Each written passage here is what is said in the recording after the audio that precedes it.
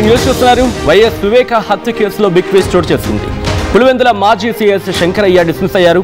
వివేక హత్య సమయంలో పులివెందుల సీఐగా ఉన్నారు శంకరయ్య. వివేక హత్య కేసులో కీలకంగా మారాడు శంకరయ్య.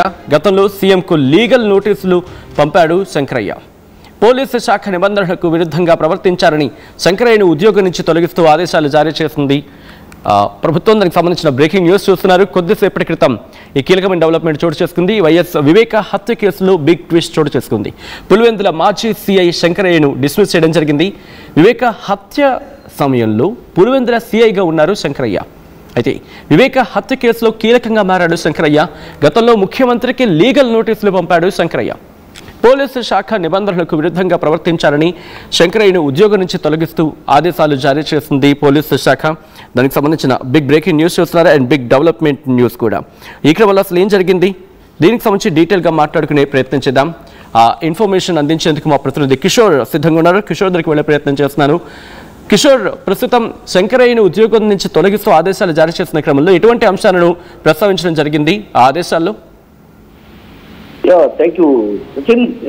కర్నూలు రేంజ్ లో ఉన్నటువంటి విఆర్ లో ఉన్నటువంటి సిఐ శంకరయ్యను పూర్తిగా అంటే విధుల నుంచి తొలగిస్తూ కూడా ప్రభుత్వం ఉత్తర్వులు జారీ చేసింది. ఈ మేరకు ఆ ఉత్తర్వులను కూడా కర్నూలు ఎస్పీ విక్రాంత్ పాటిల్ కూడా పత్రికా ప్రకటనలో ప్రకటించడం జరిగింది. అయితే వివేక హత్య కేసు జరిగినటువంటి సందర్భంలో కూడా ఆయన సిఐగా ఉన్నారు. ఆ నేపథ్యంలో కూడా వివేక హత్య జరిగిన సందర్భంగా జరిగినటువంటి పరిణామాల నేపథ్యంలో కూడా పదే పదే అసెంబ్లీతో పాటు అటు పలు చోట్ల కూడా సీఎం చంద్రబాబు ప్రస్తావించిన నేపథ్యంలో కూడా ఆయన ఒక లీగల్ నోటీసును కూడా ఇటీవల కాలంలో పంపించడం జరిగింది. అంటే ఈ నేపథ్యంలో అటు స్పీకర్తో పాటు ప్రిన్సిపల్ జనరల్ సెక్రటరీ ఎవరైతే ఉన్నారో ఆయనకు కూడా ఈ నోటీసులు పంపించారు. సీఎంతో పాటు అటు ఇద్దరికి కూడా నోటీసులు అందజేశారు. అయితే ఈ క్రమంలో అటు ఏదైతే పోలీస్ శాఖకు సంబంధించినటువంటి విధుల్లో ఉన్నటువంటి శంకరయ్య ఈ విధంగా వ్యవహరించడాన్ని కూడా తీవ్రంగా పరిగినటువంటి పోలీస్ శాఖ ఆయన్ను పూర్తిగా విధుల నుంచి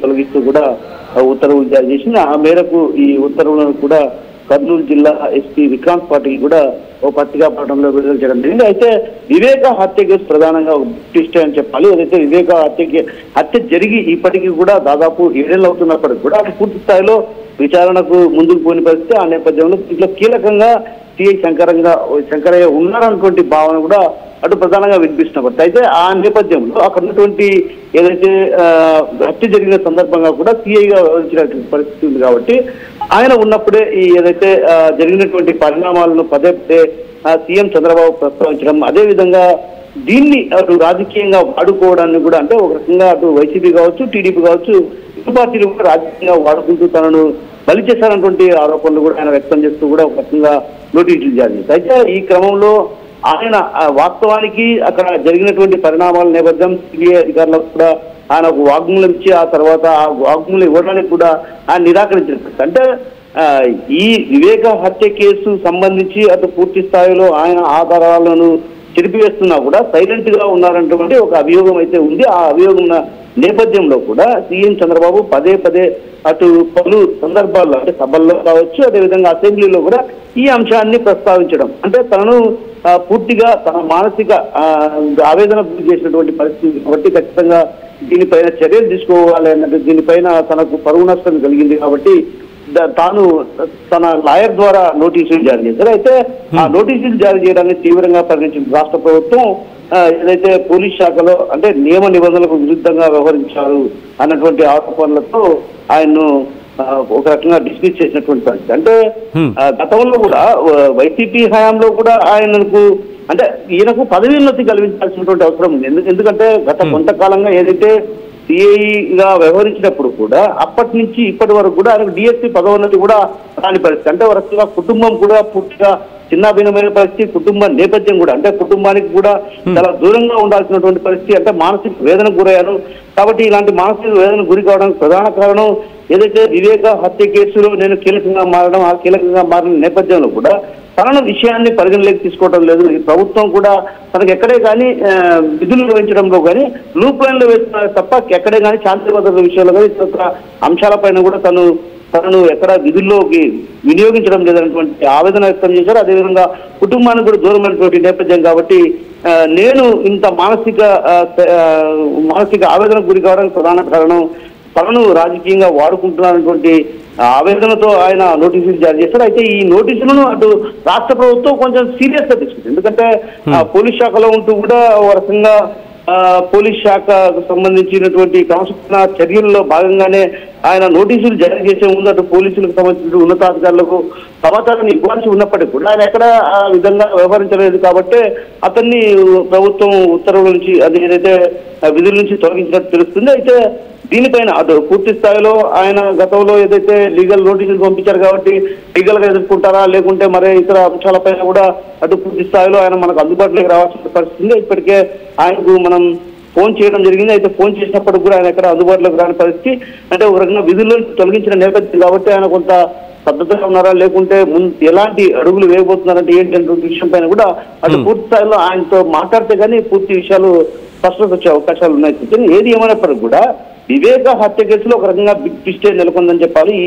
ఈ వివేక హత్య జరిగిన సందర్భంగా కూడా ఏదైతే అక్కడ మృతదేహం రక్త మరకల మధ్య పడిన నేపథ్యం, ఆ నేపథ్యంలో మరకలు తుడిచారు అనేటువంటి ఆరోపణలు కూడా ఉన్నాయి. కాబట్టి ఈ ఆరోపణల నేపథ్యంలో ఆయన సీఏగా వ్యవహరించారు కాబట్టి ఖచ్చితంగా ఆ రక్త మరకలను ఎవరు తొలగించారు, అసలు తొలగించిన నేపథ్యంలో ఎందుకు అడ్డుకోలేకపోయారనేటువంటి బలమైనటువంటి ఆరోపణల నేపథ్యం కాబట్టి ఖచ్చితంగా ఆయన పైన కొంత రాష్ట్ర ప్రభుత్వం కూడా కొంత అనుమానాలు వ్యక్తం చేసింది. గతంలో జగన్మోహన్ రెడ్డి హయాంలో కూడా ఇదే విధమైనటువంటి ఆరోపణలు కూడా ఎదుర్కొన్నటువంటి. అయితే తాజాగా ఏదైతే సీఎం చంద్రబాబుకు నోటీసులు జారీ చేయాలని రాష్ట్ర ప్రభుత్వం కొంచెం సీరియస్ గా తీసుకుంది. ఉన్నతాధికారులకు సమాచారం అందించి నోటీసులు జారీ చేసి ఉండాల్సింది. కానీ ఆ దిశగా అడుగులు వేయలేదు కాబట్టి ఖచ్చితంగా క్రమశిక్షణ చర్యల నిమిత్తం కోసం పోలీస్ శాఖ సర్వీస్ నుంచి కూడా ఆయన తొలగిస్తూ ఈ రోజు తాజాగా ఉత్తర్వులు వెల్లడించిన పరిస్థితి కనిపిస్తుంది. Right Kishore, thanks for update. మొత్తంగా అయితే మాత్రం వైఎస్ వివేక హత్య కేసులో బిగ్ ట్విస్ట్ చోటు చేసుకుంది. పులివెందుల మాజీ సీఐ శంకరయ్య డిస్మిస్ అయ్యారు. వివేక హత్య సమయంలో పులివెందుల సీఐగా ఉన్నారు శంకరయ్య. వివేక హత్య కేసులో కీలకంగా మారాడు శంకరయ్య. గతంలో ముఖ్యమంత్రికి లీగల్ నోటీసులు పంపాడు శంకరయ్య. పోలీసు శాఖ నిబంధనలకు విరుద్ధంగా ప్రవర్తించారని శంకరయ్యను ఉద్యోగం నుంచి తొలగిస్తూ ఆదేశాలు జారీ చేసింది పోలీసు శాఖ. దానికి సంబంధించిన ఆ కాపీని మీరు చూడడం జరుగుతోంది ఆర్టీవీ స్క్రీన్ మీద. అసలు ఇంతకీ ఏం జరిగింది అనేది ఒక్కసారి మాట్లాడుకునే ప్రయత్నం చేస్తే, ఎందుకంటే 2019కి సంబంధించి ఇక్కడ మాట్లాడుకుంటున్న క్రమం పులివెందుల మాజీ సీఐగా ఉన్న శంకరయ్యను సర్వీస్ నుంచి తొలగించింది ప్రభుత్వం. ఈ సందర్భంలోనే కర్నూలు రేంజ్ డిఐజీ కోయ ప్రవీణ్ ఆ ఉత్తర్వుని జారీ చేశారు. క్రమశిక్షణ చర్యలో భాగంగానే ఈ యాక్షన్ తీసుకున్నట్టు చెప్పుకొచ్చారు ఆయన.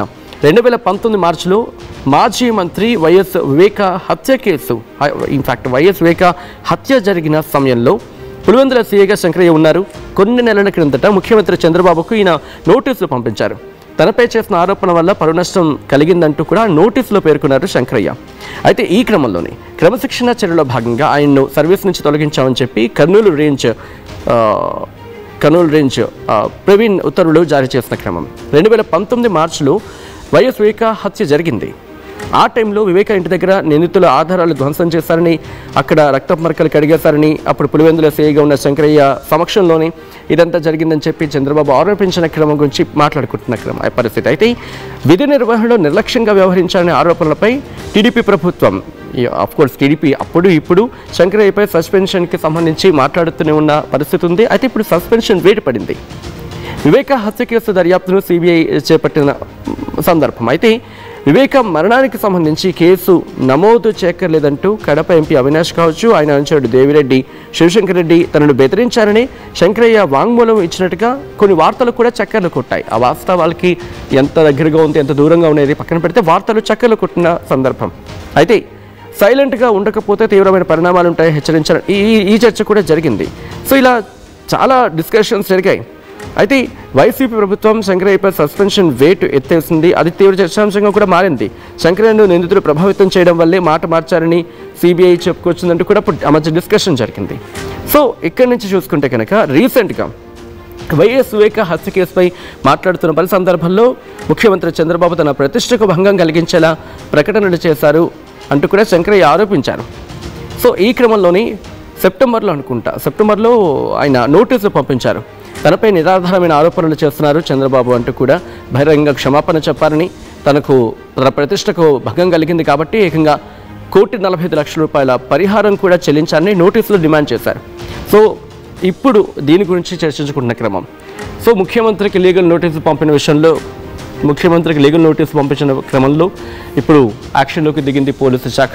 శంకరయ్యను ఉద్యోగం నుంచి తొలగిస్తూ ఆదేశాలు జారీ చేస్తుంది ఆంధ్రప్రదేశ్ పోలీసు శాఖ.